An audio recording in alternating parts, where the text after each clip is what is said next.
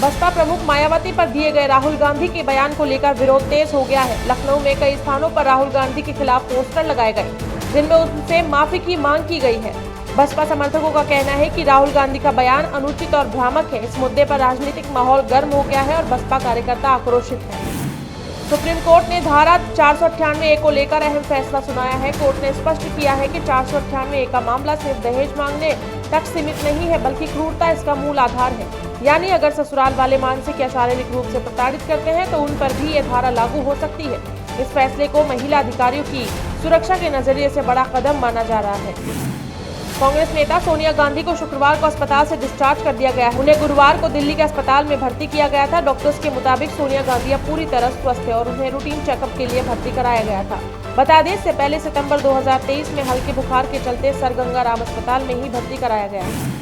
Try language विवाद पर केंद्रीय शिक्षा मंत्री धर्मेंद्र प्रधान ने तमिलनाडु सीएम M.K. स्टालिन को लेटर लिखा।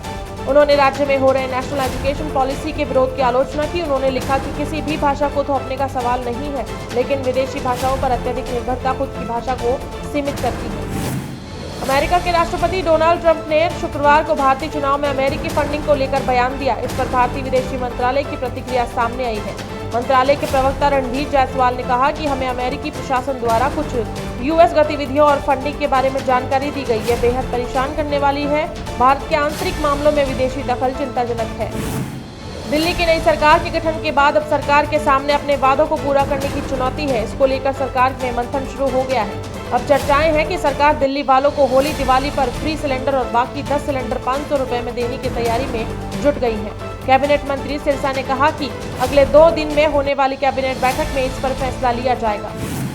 उपराष्ट्रपति जगदीप धनखड़ ने शुक्रवार को भारत में मतदान प्रतिशत बढ़ाने के लिए USAID की तरफ से कथित तौर पर किए जा रहे वित्त पोषण पर चिंता जताते हुए कहा कि जिन लोगों ने देश के लोकतांत्रिक मूल्यों पर इस तरह के हमले की अनुमति दी, उनका पर्दाफाश किया जाना चाहिए। इस दौरान उन्होंने यह भी कहा कि ऐसी ताकतों पर प्रतिघात करना लोगों का राष्ट्रीय कर्तव्य है।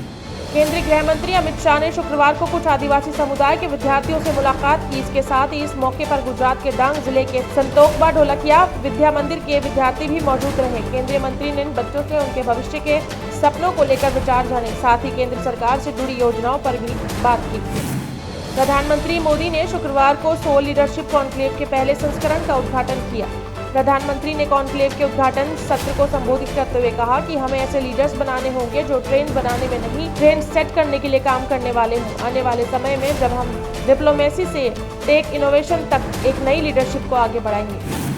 केंद्रीय स्वास्थ्य मंत्री JP नड्डा ने नई दिल्ली में आयोजित 12वें अंतर्राष्ट्रीय स्वास्थ्य संवाद में भाग लिया। उन्होंने लिखा कि यह आयोजक महज एक सम्मेलन से कहीं ज्यादा है। उन्होंने आगे कहा कि हम उच्च गुणवत्ता और किफायती स्वास्थ्य देखभाल तक सार्वभौमिक पहुंच सुनिश्चित करने के लिए स्वास्थ्य क्षेत्र के भीतर प्रौद्योगिकी और डिजिटल प्लेटफॉर्मों के उपयोग की वकालत करते हैं। बिहार विधानसभा चुनाव से पहले चर्चाएं हैं कि सीएम नीतीश कुमार के बेटे निशांत कुमार उनके राजनीतिक उत्तराधिकारी हो सकते हैं और वे इस बार विधानसभा चुनाव लड़ सकते हैं। इस पर अब निशांत कुमार ने प्रतिक्रिया दी है। शुक्रवार को उन्होंने मीडिया से बातचीत में कहा कि मैं लोगों से अनुरोध करता हूं कि वे बिहार में फिर से NDA सरकार लाएं और मेरे पिता को फिर से CM बनाएं ताकि विकास कार्य जारी रहे।